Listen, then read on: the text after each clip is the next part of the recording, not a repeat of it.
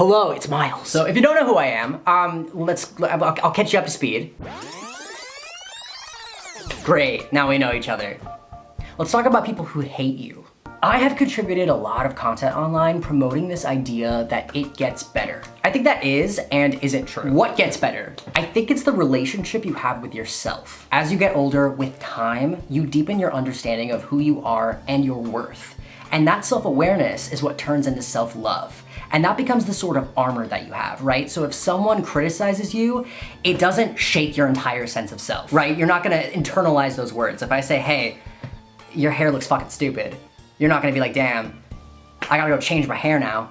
You know, you see those words for what it is, a reflection of the person who said it. And these are all things you've heard before, you know, hurt people hurt people. Yes. And people are a product of the culture. They absorb the messages, the prejudices, and the fears that society has normalized. So that's why when you hear people talking about something and they're blaming capitalism or the patriarchy or the political climate, that's what they're talking about. When you face hate, it's not just about the individual, it's about the world and the systems that we're a part of within it. So what the fuck am I saying?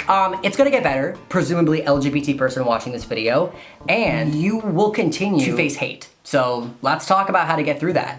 I'm making this video because someone was mean to Miles. I had a situation a couple of weeks ago where I wasn't even like hurt. It was almost like I'm like touching myself like that. Am I bleeding? Like I was just kind of like, what? Like, am I in crazy town? Like I fully felt like I had just flashed back to when I was a teenager. But I wasn't, right? So I was able to turn the page of this situation very quickly because I not only have like years of work, but like years of like being myself. So like no one else could take that away from me, but it's like, oh, they had in the past, like my sense of self was rocky, you know, like everyone's, especially if you're LGBT, because then I think you're at this disadvantage where you weren't allowed to be yourself for so long. And so you get it. We're gonna talk about how to get through it. So should I even be using the word hate? What qualifies as hate? Like, is ignorance the same as hate? Is it hate if the hate wasn't intentional?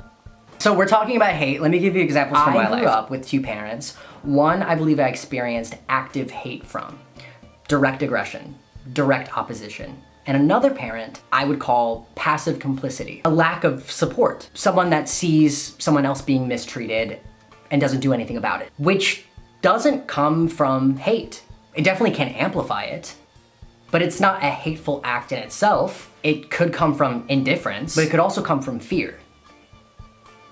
Depends on the context, but nonetheless, both of those have negative impacts. And it's way easier to distance yourself from someone who has wronged you.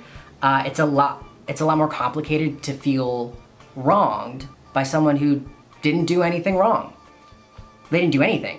Is that still hate? What about ignorance, insensitivity, unintentional harm? These things aren't rooted in malice, more of a lack of awareness or understanding. Are these things hate? That's why we hear the phrase intent versus impact, right? Someone could have good intentions. They want to connect with you, they want to show interest, but the word choices may miss the mark because they have a lack of knowledge. Is that hate? Unintentional harm. I've had a lot of people recognize me in public, come up to me and say my dead name.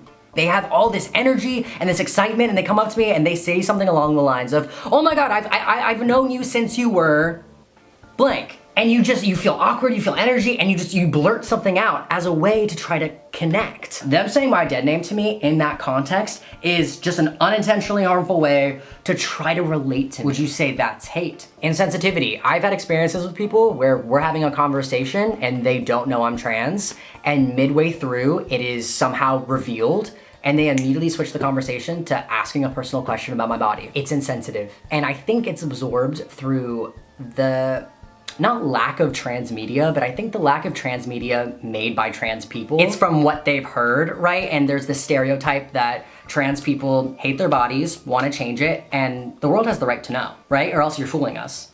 Like, tell me who you really are. Like, I have autonomy to ask about your body. You know, they have conversations with us in ways that they would never have conversations with any other stranger, but it's like, oh, I can ask you this personal question.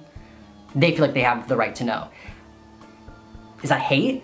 Ignorance. I have so many examples. You know, someone who just doesn't know any better. And you could say, oh my God, there's Google, but they haven't had a reason to get educated on the nuances of words that they can and can't use with trans people specifically. They don't know. Is that hate?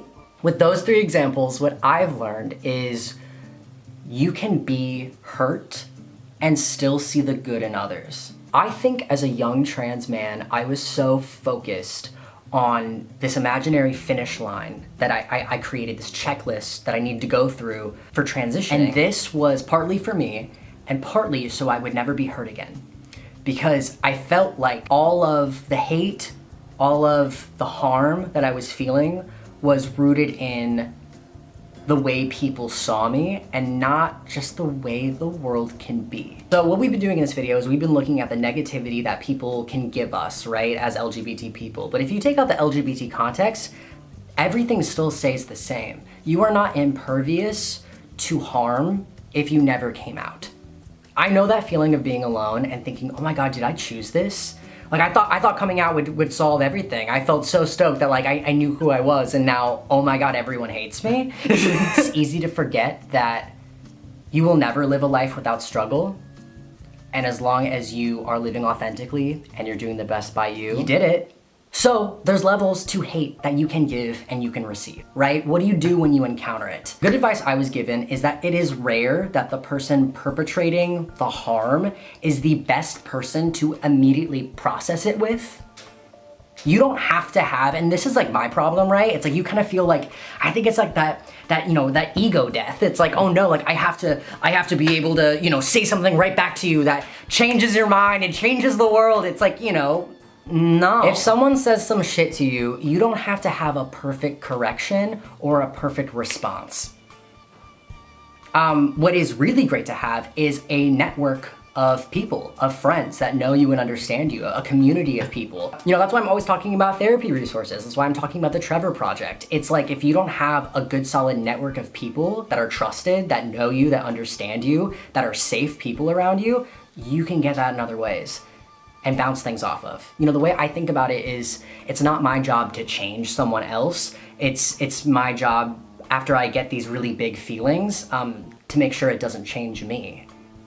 So the point is, thankfully and unfortunately, no matter who you are, you would receive hate from others because it probably has nothing to do with you and it has to do with the world, and there's a lot of problems there. So keep going, because nothing matters.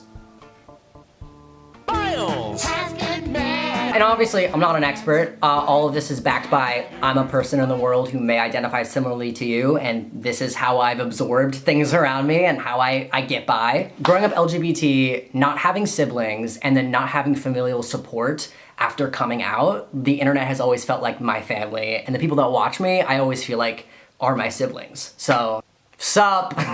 Big brother Miles talking about it here. I can't give you a step-by-step guide on how to handle a possible maybe event you'll have in your future full of nuances and context I know nothing about. But what I can offer you is perspective, solidarity, and a reminder that you're not alone.